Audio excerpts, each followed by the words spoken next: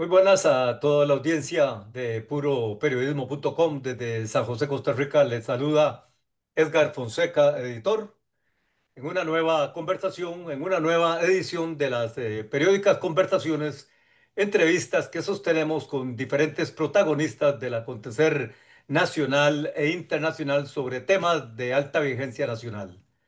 Convertamos en esta oportunidad con los abogados expertos tanto en derecho constitucional como en derecho penal, con el doctor Rubén Hernández, uno de los abogados de mayor trayectoria en el país en el ámbito constitucional, el primero en haberse graduado en el exterior en esa materia que ha venido a ser tan trascendente para la vida institucional del país desde 1989, cuando se estableció la Sala Cuarta. Y conversamos también con el licenciado, ex juez y penalista, don Ewald Acuña, con amplia trayectoria tanto en el Poder Judicial como en el sector privado, litigante en el ámbito particular de el derecho penal. A ambos, muy buenos días. Buenos días a ambos también. Buenos Mucho días, gusto don en estar Edgar, aquí. y un saludo a don Rubén. Bueno, gracias. Iniciamos este intercambio con un tema que ha sacudido, para ponerlo en términos claros, a la opinión pública en la última semana. Una revelación de un informe confidencial de la DEA de los Estados Unidos menciona la gestión inmediata, urgente de extradición del exmagistrado y exministro de Seguridad de Costa Rica, licenciado Celso Gamboa Sánchez, y de un exconvicto en narcotráfico, en lo que serían las dos primeras personas a ser tramitadas bajo una reciente reforma al artículo 32 de la Constitución Política, que permite la eventual extradición en casos de narco y terrorismo. Un terremoto político sin duda en el ámbito nacional, dada la prominencia en particular de la figura de la pública del ex magistrado Gamboa, su presencia en distintos estamentos del ámbito eh, tanto administrativo como judicial. Primero fue viceministro, luego fue ministro de Seguridad, luego fue fiscal adjunto general, para pasar en 2016, a los 39 años de edad, a ser el magistrado más joven designado por la Asamblea Legislativa en la Corte Suprema de Justicia, Sala Tercera Penal, enfrentando hoy uno de los casos más complejos de su trayectoria con este anuncio de las autoridades norteamericanas, esta gestión de emergencia, de urgencia, así calificada, en los trámites ante la Cancillería, que derivaron hace exactamente 8 días en la captura, en el arresto del ex magistrado cuando salía de su residencia en Escazú, y en el arresto del ex convicto en Cahuita, Puerto Limón. ¿Cuál es la viabilidad jurídica de esta gestión del gobierno de Estados Unidos? Una gestión que tiene un tono histórico, dado que nunca antes se había puesto en práctica esta herramienta legal.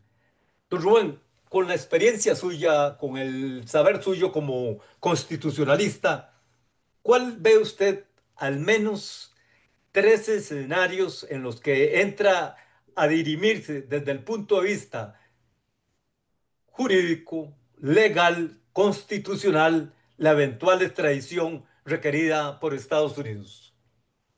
Bueno, vea, en primer lugar ya está planteada la solicitud de extradición. Creo que Estados Unidos no la ha formalizado. Supongo que lo hará dentro de los próximos días. Para ello tenía 15 días a partir de la detención. Supongo que en los próximos días lo hará oficialmente. Ese es el primer ámbito, el ámbito estrictamente penal. En el ámbito constitucional ya empezaron a plantear ya una acción de inconstitucionalidad, entiendo que el viernes pasado, contra la ley de extradición, y entonces la sala, yo creo que posiblemente este mismo miércoles votará el asunto porque no procede del todo, es totalmente infundado esa posibilidad de traerse abajo la ley de extradición. Y entonces creo que la sala rápidamente va a resolver el asunto. Y el otro tema que estoy viendo que está saliendo a la luz y creo que Edward lo podrá aclarar mejor que yo, es el hecho de que entiendo que la ley de extradición dice que si está siendo juzgado internamente, no va a ser extraditado, se suspende las diligencias de extradición hasta tanto se resuelva el caso, la eventual condenatoria, el caso penal y que se está juzgando internamente, y si eventualmente hubiera una condenatoria, habría que esperar que cumpla primero la pena en Costa Rica para luego autorizarse la extradición. Me parece que esos son los tres ámbitos jurídicos en que se va a discutir y se está discutiendo el asunto. ¿Cuánto fuerte, cuánto sustentado tiene que estar este trámite, esta gestión que está entablando el gobierno estadounidense ante los tribunales de Costa Rica, ante la Corte Suprema de Justicia, para que proceda esta extradición y para que no se tambalee? Bueno, yo entiendo que desde el punto de vista penal no es que vayan a presentar todas las pruebas, ni el Tribunal Costarricense tiene que admitir que fue el autor responsable de los hechos. Tiene que presentarse, me imagino, algún tipo de prueba que razonablemente indique que la persona solicitada en extradición fue o fue uno de los que cometió el delito. Y además tienen que examinar de que el delito que se le está imputando en el extranjero también sea delito en Costa Rica. Eso creo que se llama el principio de la doble incriminación. Recuerdo el caso de Vesco, que salió exento de, no pudo ser extraditado porque el delito que se le imputaba en Estados Unidos en ese momento no era delito en nuestra legislación penal. Entonces creo que en el caso de Don Celso y los otros dos solicitados en extradición, los delitos que se le imputan en Estados Unidos aquí sí son delitos también, por lo cual no habría ese problema. Edward puede explicar mucho mejor cuál es la valoración que tiene que hacer el juez penal costarricense para determinar si autoriza o no la extradición.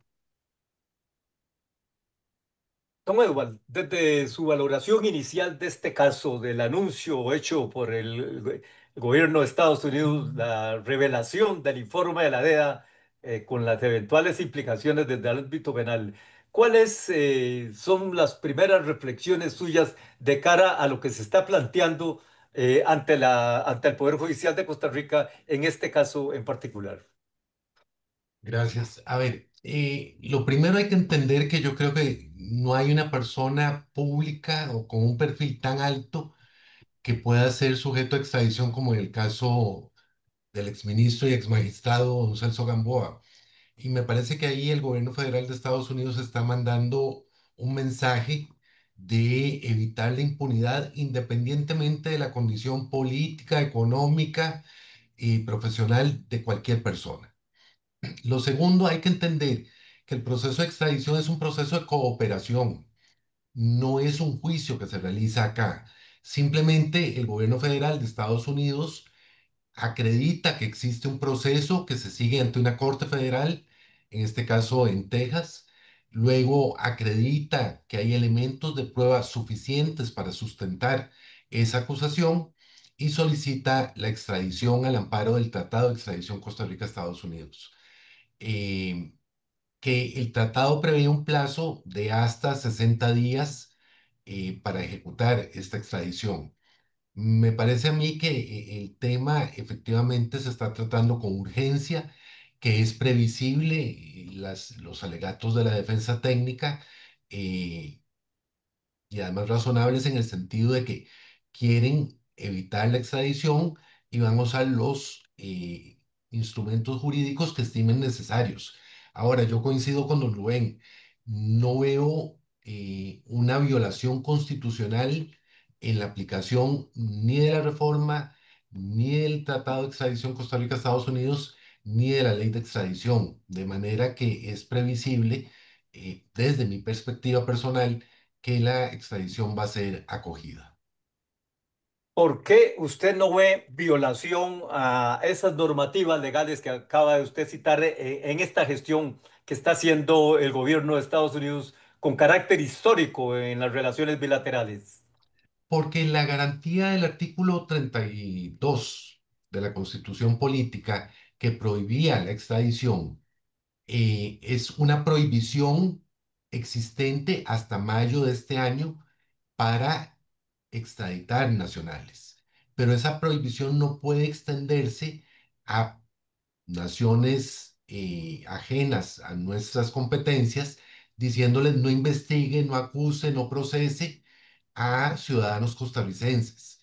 Al desaparecer la prohibición, la fecha de comisión de los hechos no tiene relevancia, porque lo que existía era una garantía que era una prohibición, y esa prohibición desaparece, pero no puede hacerse una interpretación de que hubiera prohibición de investigar a nacionales por países, en este caso los Estados Unidos. Puroperiodismo.com en esta conversación con los abogados juristas, doctor Rubén Hernández y el ex penalista, licenciado Eduardo Lacuña, sobre las implicaciones jurídico-legales constitucionales de la gestión tramitada con carácter de urgencia por el gobierno de los Estados Unidos contra el ex magistrado y ex ministro de Seguridad Pública, licenciado Celso Gamboa Sánchez, y contra un ex convicto de apellido López, convicto y que descontó sentencia por narcotráfico, ambos arrestados el lunes 23 de junio. En menos de una semana, la gestión norteamericana ya está en manos de la Cancillería, elevada ante el Poder Judicial que, por medio del organismo de investigación judicial, ejecutó un arresto sorpresivo inmediato, y que tiene en estos momentos a los detenidos en el sector de máxima seguridad de la reforma, el penal La Reforma en San Rafael de Alajuela.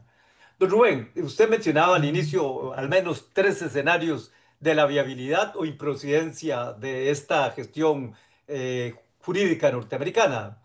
Aquí hay un punto que ha empezado a salir y es la posibilidad de que se alegue de que en ambos casos, en ambas personas, no se puede aplicar lo que se denomina la retroactividad de los hechos acontecidos o de los hechos que les atribuyen por medio de una ley reformada apenas el 18 de mayo anterior. Vea, es que lo que se reformó no fue una ley, fue la Constitución. Y las normas constitucionales, por su naturaleza, no tienen efecto retroactivo. Es decir, una norma constitucional tiene efecto retroactivo y frente a ella no se pueden alegar ni derechos adquiridos ni situaciones jurídicas consolidadas. La garantía del artículo 84 de la Constitución es respecto de la ley ordinaria, no respecto de la Constitución porque sería una contradicción lógico-jurídica. De manera que todos esos alegatos que yo me imagino que es el fundamento de la acción que se planteó ante la sala el viernes pasado, no son de recibo y la sala los va a rechazar.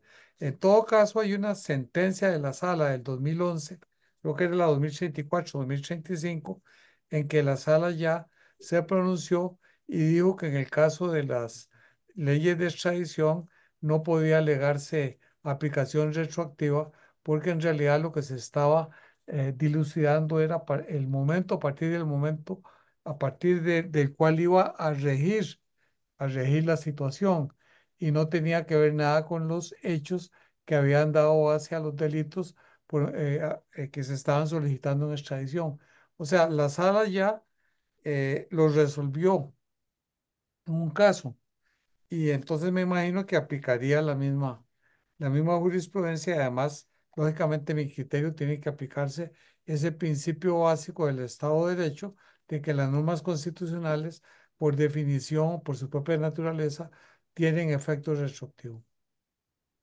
Dice el artículo 32 de la Constitución Política reformado en año anterior, ningún costarricense podrá ser compelido a abandonar el territorio nacional, salvo que en casos de tráfico internacional de drogas o terrorismo haya sido concedida la extradición por los tribunales de justicia con estricto apego a los derechos fundamentales y garantías procesales reconocidos en esta Constitución, en los tratados internacionales y en las leyes. Hay quienes en este momento, desde su perspectiva también legal, jurídico, en el análisis de este caso, advierten que la extradición en ambos casos, tanto del ex magistrado como del ex convicto, no procedería por lo que señala la parte final de ese artículo, con estricto apego a los derechos fundamentales, garantías procesales reconocidos en esta Constitución, en los tratados internacionales y en las leyes. ¿Qué piensa usted de don Rubén? No, y eso lo van a hacer. La ley de extradición garantiza el respeto de esos derechos, el debido proceso, que es el fundamental. Es decir, a él le van a dar traslado, les van a dar traslado, ellos van a tener el derecho de defensa, de presentar todas las pruebas en contrario, de apelar eventualmente la sentencia en primera instancia. Es decir, van a tener todas las garantías procesales y todas las garantías sobre derechos fundamentales que contienen los tratados y la legislación interna.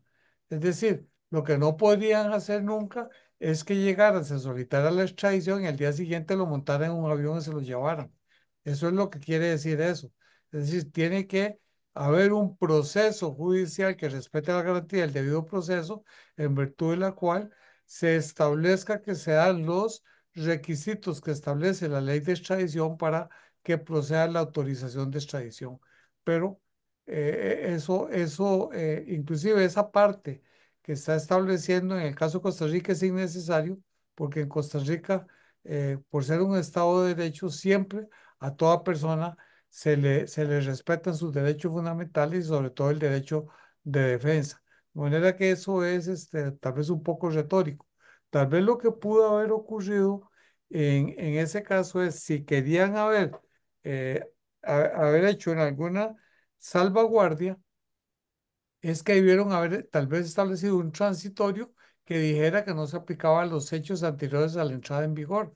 Como no estableció la norma constitucional un transitorio en ese sentido, evidentemente, entonces se aplica la norma constitucional directamente porque, por lo que ya dije, que por su propia naturaleza son retroactivas, salvo que la misma norma establezca, digamos, difiera su entrada en vigor hacia el futuro, pero en este caso no lo hizo. Yo lo que sí veo en esta reforma constitucional es que se les fue un dato que es muy importante con el delito internacional de narcotráfico.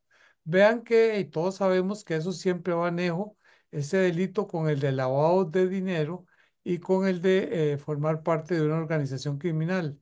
Sin embargo, ¿qué podría ocurrir? Que a estas personas se las lleven por narcotráfico internacional y sin embargo no pueden decomisarles un 5 del dinero mal habido. ¿Por qué? Porque no podrían extraditarlos por esa razón. O que el día de mañana aparezca alguien que actúa junto con los narcotraficantes, no enviando, no enviando la droga para Estados Unidos o otros países, sino más bien lavando el dinero producto de esa droga. Esa persona no podría ser extraditada porque ese delito no está previsto en el artículo 32. En mi criterio, el artículo 32 es omiso en ese sentido. Se debió haber establecido, además de que procedía no solo por narcotráfico internacional, sino también por lavado de dinero. Don Edward, vamos por partes en el análisis de este caso de la gestión de extradición con carácter de urgencia que tramita el gobierno de Estados Unidos ante la Corte Suprema de Justicia por medio de la Cancillería de la República, la captura, el arresto tanto del ex magistrado y ex ministro de Seguridad Celso Gamboa como de un ex convicto de apellido López. En las primeras, digamos, trámites que se están dando a nivel judicial, lo que trasciende es la decisión por parte de la representación de la defensa de los gestionados en extradición de rechazar el procedimiento de extradición voluntaria.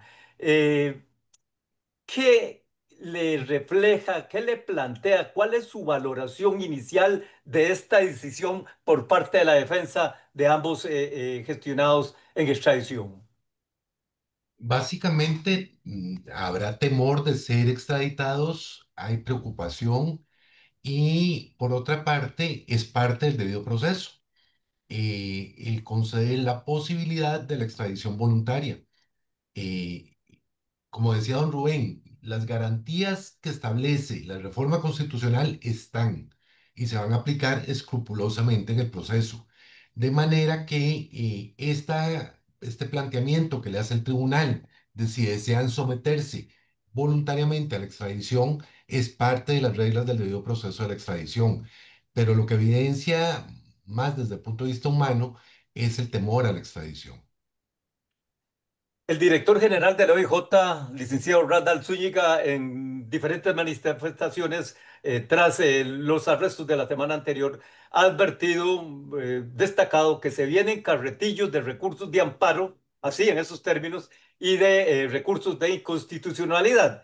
En el caso de los recursos de amparo, ¿cuál es la viabilidad usted dentro de su análisis de casos penales complejos o en la tramitación ordinaria, la viabilidad de que avancen, tengan algún efecto la gestión por parte de la representación de la defensa de recursos de amparo? Ninguno, don Edgar. No caben recursos de amparo contra decisiones jurisdiccionales. Expresamente la ley lo prohíbe. De manera que me parece que fue una ligereza de don Randall esa afirmación. Y en lo que es el ámbito de los recursos de inconstitucionalidad, don Rubén, que ya empezaron a presentarse ante la Sala Cuarta, ¿cuál es su valoración de la procedencia y hasta dónde podría estarse en cuanto a posibilidades de fructificar o de ser rechazados prácticamente de entrada por parte de la Sala? Creo que lo van a rechazar todos a puertas, porque como ya dije, no procede las normas. La posible violación es el artículo 34 de la Constitución, que le está dando efecto retroactivo. Pero eso no es cierto, porque como dije, las normas constitucionales son, por su propia naturaleza, retroactivas. Además, lo que podrían plantear es la inconstitucionalidad de una norma. Y aquí la norma que se trataría de inconstitucional sería la propia norma constitucional. Entonces, las normas del mismo rango no entran en problemas de validez, sino de vigencia. Y aquí simplemente lo que ocurrió fue que la norma que prohibía la extradición fue derogada por la nueva norma que sí lo permite.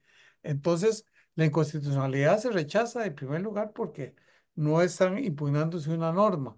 Se impugnan las normas de la ley de extradición y la ley de extradición, como la Constitución es de aplicación inmediata, lo que hace es que modifica, deroga las normas que se le oponen.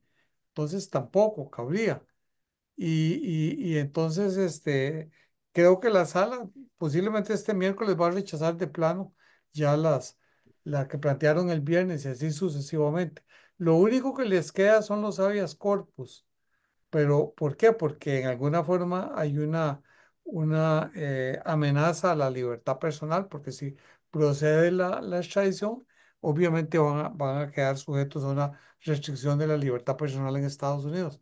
Sin embargo, ¿de qué están violando? Si le están dando todas las garantías del debido proceso, y además, el Tribunal costarricense no va a fallar, ni siquiera sobre el fondo, simplemente va a valorar si procede o no que el asunto vaya a un tribunal norteamericano donde también será serán sometidos a un proceso penal en que también tendrán todas las garantías del debido proceso. De manera que yo no veo la posibilidad de que pegue ninguno de los recursos constitucionales que han intentado y que posiblemente seguirán intentando, tal vez para tratar de dilatar el proceso de extradición, porque si la sala le diera curso a una acción, lo dilataría por lo menos 2 años, pero obviamente la sala no va a caer en ese juego, y yo creo que conforme lo va presentando en la siguiente sesión los va a ir rechazando porque son manifiestamente infundados. Lo veo muy enfático, Sí, no, pero es que el asunto es muy claro, no hay discusión, es clarísimo, el que no quiere ver cómo son las cosas de ahí, no hay forma posible de que, inclusive por un tema de legitimación, vea una que, sí.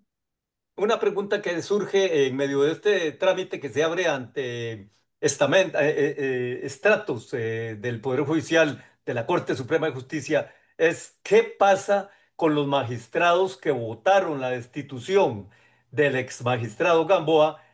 Pueden votar ahora de los recursos que se presenten, deben abstenerse, deben recusarse. Don Edward, tal vez, porque es más, está En más, en mi opinión, no, son dos enanos de pues, diferente cuento. sí es. El procedimiento administrativo que llevó la Corte Suprema de Justicia para solicitar, no para destituir, para solicitar la destitución del exmagistrado Gamboa no tiene carácter personal, no es una acusación, no es una acción penal, ni es un proceso civil en contra de él por parte de los magistrados. De manera que no cabe la inhibitoria ni tampoco la recusación. Desde ese punto de vista, quedan ellos libres de actuar, de intervenir sin riesgo de que vayan a contaminar sus actuaciones, sus decisiones, una eventual definición de la gestión de extradición. Sí, señor. Lo que se prohíbe es eh, participar de procesos, o bien cuando se ha emitido opiniones, o bien cuando existe un conflicto personalísimo con alguna de las partes, y eso no ocurre en este caso.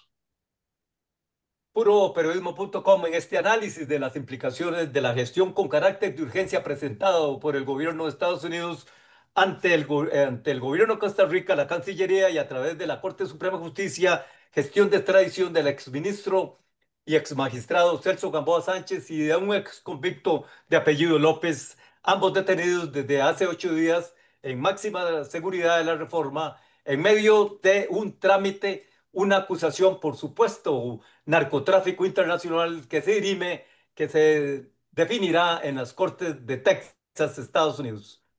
¿Qué pasa a partir de ahora? ¿Cuáles son los procedimientos por parte de la gestión norteamericana? ¿Con qué deben de cumplir? ¿En qué plazo deben de cumplir? ¿Y qué es lo que deben de presentar con fundamento ante las autoridades de Costa Rica vía Cancillería, don Rubén? Yo, vea, yo preferiría que fuera don Edward porque eso es un tema más penal que A ver, A- constitucional. Adelante. estoy seguro que don Rubén lo maneja, pero voy a meter la cuchara. Tiene que probar la existencia del proceso. Dos, que ante una corte existe una acusación. Tres, que esa acusación se sustenta en elementos probatorios. Cuatro, que el delito es tanto perseguido en Costa Rica como en Estados Unidos. Cinco, que no está prescrito. Eh, y eso es todo lo que tiene que probarse ante el tribunal. Yo sí creo que el gobierno de Estados Unidos ya presentó todo esto, eh, por lo que ha trascendido en prensa.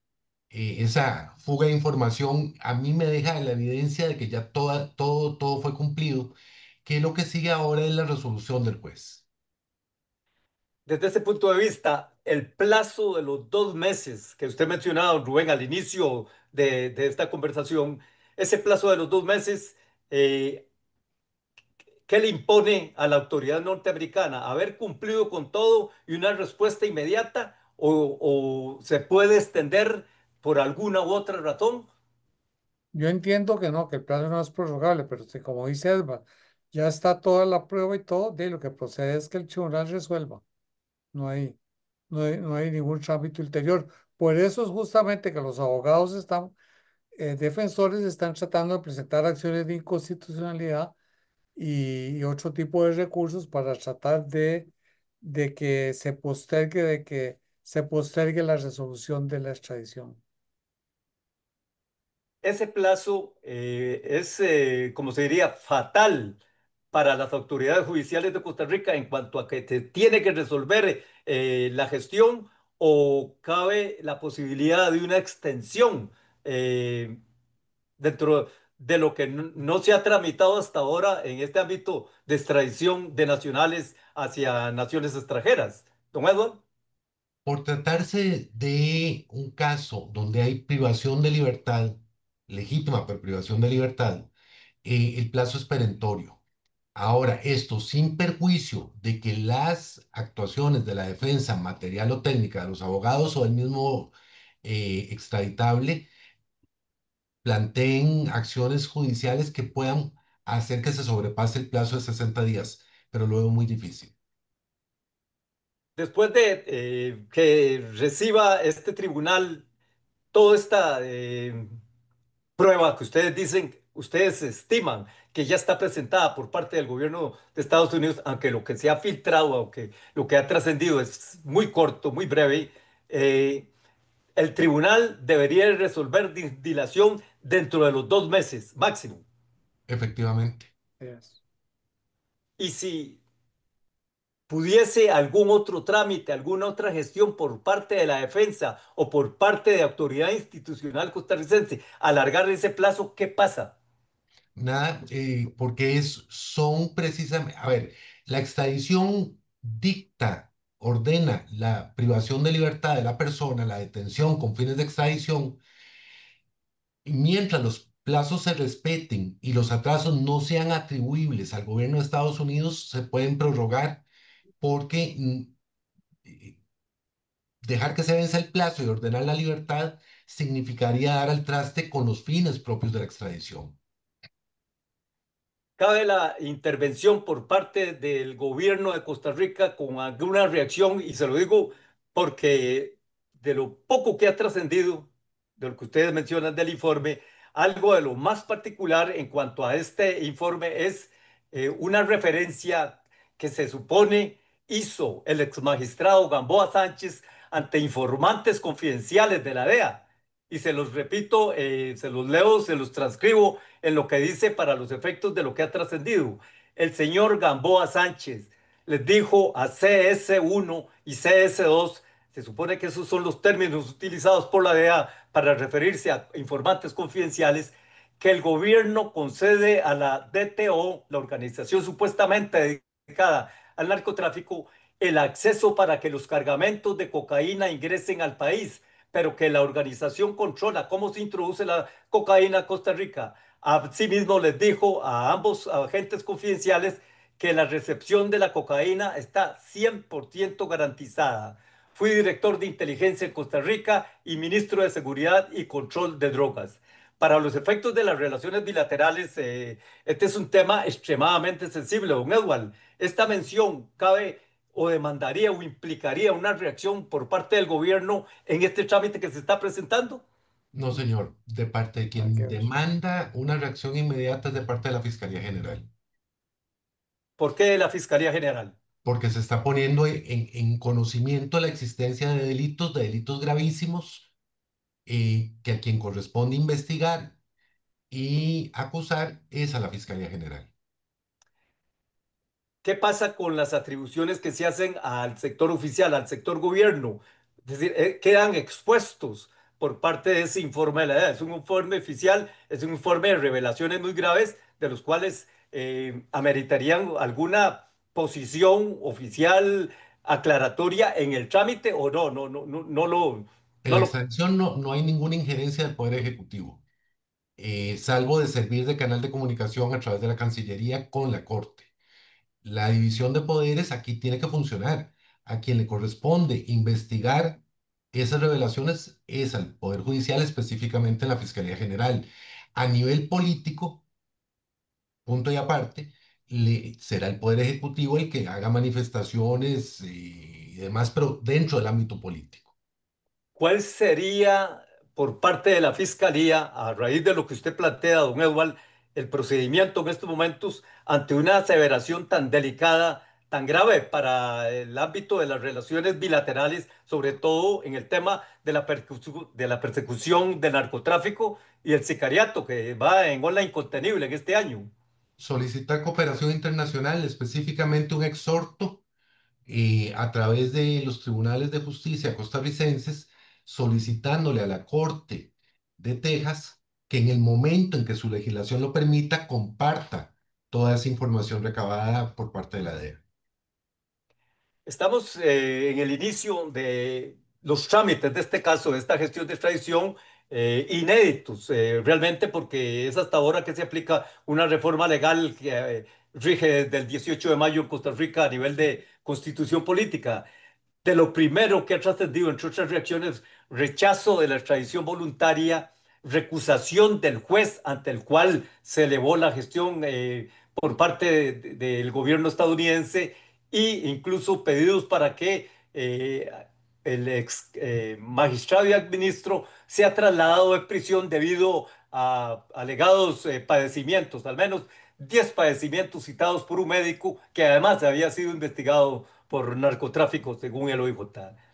Pero existe un caso abierto y es un caso en el cual el ex ministro y ex magistrado está siendo enjuiciado o sería enjuiciado a partir de este mes de julio por parte de tribunales ordinarios en cuanto a una supuesta intervención, un supuesto favorecimiento al exalcalde Johnny Araya en un trámite ante un juzgado, ante una autoridad judicial. ¿Cuánto puede llegar a afectar? ¿Cuánto puede llegar a atrasar un trámite como esto? ¿O eso puede quedar en suspenso, don Rubén? Yo no sé muy, no conozco muy bien el detalle, pero por lo que recuerdo haber leído, si hay un caso local en el cual está imputado el extraditable, entiendo que tiene que suspenderse la extradición hasta que se resuelva el caso local. Y si eventualmente hubiera una sanción, entiendo que tendría que descontar primero la sanción en el país y luego ser extraditado. Tal vez don Edward nos pueda aclarar más el asunto. Suspender la gestión de extradición, ¿eso es procedente de don Ewald? A ver, el tratado de extradición en el artículo 14 prevé que si la persona está enjuiciada, se puede conceder la extradición y suspender su ejecución hasta tanto se dicte sentencia o se cumpla la pena. Ahora, si el juicio no ha arrancado y la extradición se ordena, la extradición va y el juicio se realizará sin la presencia y sin poder juzgar al exmagistrado Gamboa. Estamos ante uno de los casos más polémicos de los recientes años en la historia jurídica, en los trámites jurídicos del país y por supuesto en el ámbito político. Las revelaciones cortas, breves, pero bastante contundentes por parte del informe de la DEA. ¿Cuál es el mensaje, don Edward, don Rubén, que se está mandando por parte de las autoridades norteamericanas a las instituciones y a las autoridades de Costa Rica en la persecución de exfuncionarios de alto rango, güey, en ese ámbito? Yo creo que el mensaje es muy claro y yo creo que el mensaje viene desde hace tiempos, desde que el momento en que se llevaron extraditados de Honduras a un expresidente. Eso es lo que el mensaje es que no importa el cargo que ha ejercido ni la importancia que tenga dentro de un gobierno, cualquier persona, si ha estado involucrado en el tráfico internacional de drogas, puede ser extraditado en el momento en que sea oportuno y que el gobierno norteamericano tenga las pruebas en contra, suficientes pruebas en contra. Me parece que en el caso de Costa Rica está diciendo, vea, pongan mucha atención los que están en el gobierno, si están colaborando o no con el narcotráfico y para los futuros gobernantes que se abstengan de colaborar con el narcotráfico porque los tentáculos de la DEA, con todas sus capacidades que tienen de investigación, en determinado momento pueden solicitar la extradición porque tengan pruebas suficientes de que esa persona se ha visto involucrada en el narcotráfico internacional. De manera que me parece que es muy oportuna la advertencia para que los funcionarios públicos que en el pasado han coqueteado con el narcotráfico o que pretendan hacerlo en el futuro, pongan las barbas en remojo y se abstengan de colaborar con el narcotráfico porque pueden tener serias consecuencias personales. ¿Cuál es el desafío, don Rubén, para el Poder Judicial en este momento con ese caso, con esa gestión de extradición? El Poder Judicial no tiene un desafío porque simplemente lo que tiene que hacer es tramitarlo, ¿eh? El juez, si está todo cumplido, tendrá que valorar los aspectos que dijo Edward y simplemente dictar la resolución. Lo que sí, los que sí van a verse más presionados a resolver pronto los casos que se la vayan presentando es la Sala Constitucional. Don Ahí sí, Edward, la sala. Desde su análisis, desde el punto de vista como penalista, con una amplia trayectoria en el Poder Judicial, en la persecución del delito del crimen organizado, eh, ¿cuáles son mensajes claves que envía la administración norteamericana a las instituciones del país, poder ejecutivo, poder judicial, poder legislativo, con un anuncio, con una decisión como esta de tramitar tan perentoriamente la extradición de funcionarios de alto nivel en el país? Que las inmunidades informales no pesan en la persecución penal de los Estados Unidos. A ver, hay políticos, hay empresarios que no son perseguidos en Costa Rica en atención a sus condiciones. Hay una insuficiente reacción del aparato persecutorio frente a este tipo de personajes.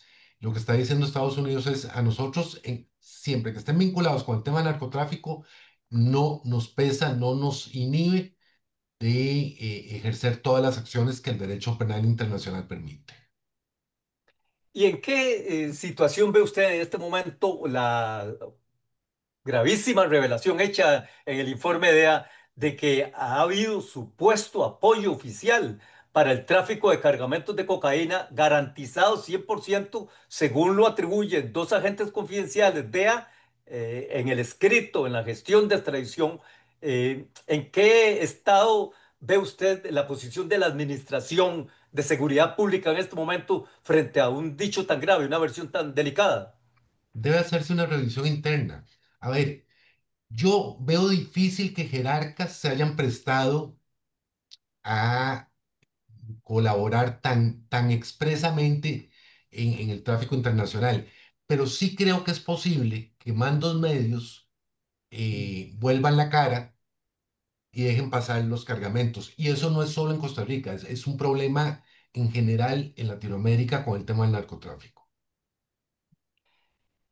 Aparte de las implicaciones jurídico-penales que se están dando en este momento, que están en efervescencia con esta gestión perentoria de extradición, ¿cuáles ve usted desde el punto de vista de las relaciones políticas bilaterales, los efectos de un proceder en un sentido u otro sentido por parte del Poder Judicial, por parte del gobierno en este momento?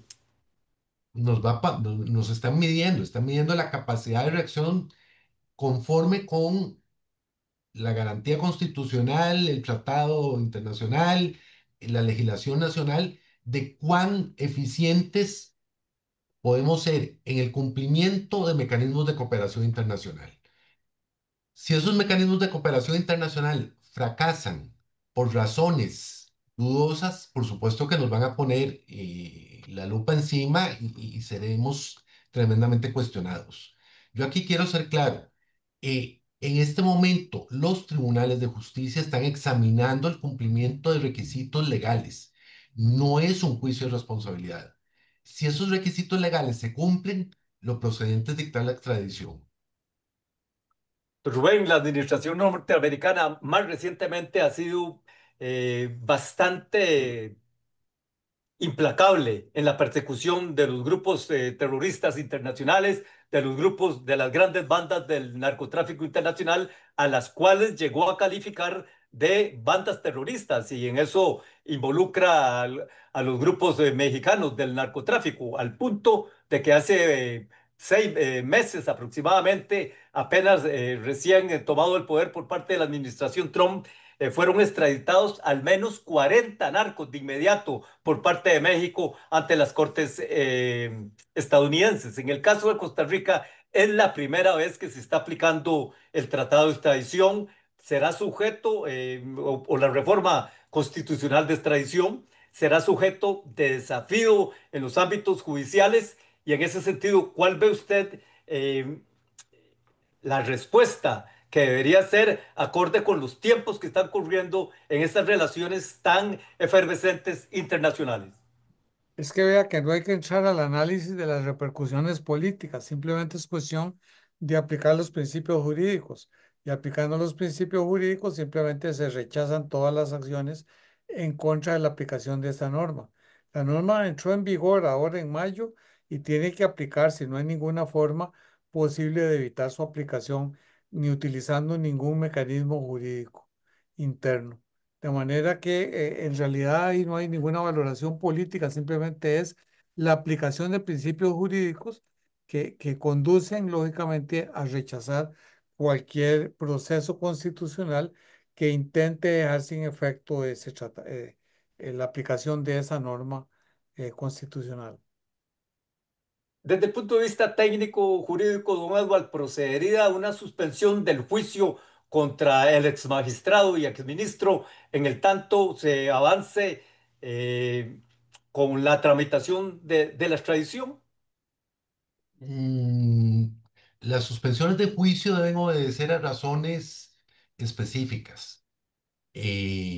Podría ser que las condiciones de salud que se alega que tiene el ex magistrado Gamboa justifiquen la no realización del juicio, pero sí la extradición. Si el juicio no se realiza, la extradición va. Desde puroperiodismo.com en San José, Costa Rica, hemos conversado con los especialistas en Derecho Constitucional y Derecho Penal, doctor Rubén Hernández y licenciado y penalista Edward Acuña. Don Rubén, don Edward, si quedó algún punto en el tintero sin tratar, si ustedes quieren aportar una reflexión final sobre este momento desde el punto de vista jurídico, institucional, que vive el país con esta gestión perentoria por parte de Estados Unidos de extradición del más alto exfuncionario de Costa Rica en recientes tiempos? No, me parece que todo está muy claro y que es cuestión de esperar que pasen los próximos días. Don Edward, Yo creo, don Edgar, que tenemos que tener confianza en la institucionalidad, que reaccionará frente a las revelaciones y que tramitará la extradición conforme a derecho. Ya las repercusiones políticas no me atrevo a opinar en ese campo, es demasiado resbaloso. a ambos juristas y analistas, tanto el doctor Rubén Hernández como el ex juez penalista licenciado Eduardo Acuña, les agradezco el haber atendido la gestión de entrevista de conversación desde puroperiodismo.com sobre las implicaciones legales del trámite de extradición presentado por el gobierno de Estados Unidos ante el gobierno de Costa Rica en cuanto al exministro y exmagistrado Celso Gamboa Sánchez y un ex convicto de apellido López, ambos detenidos en máxima seguridad desde el 23 de junio y sujetos del proceso de extradición con todas las implicaciones legales que ellos tengan. Los principales referentes de esta conversación han estado en vivo en la red Zoom Facebook Live. Estarán pronto en nuestro canal YouTube, en X, Instagram y por supuesto, usted encontrará las principales referencias en nuestro sitio puroperiodismo.com. Nos encontramos en una próxima oportunidad. Les agradece Edgar Fonseca, editor, y agradezco a quienes han compartido con nosotros este conversatorio. Muchas gracias. A usted las gracias. Buenos días. Buenos días. Buenos días.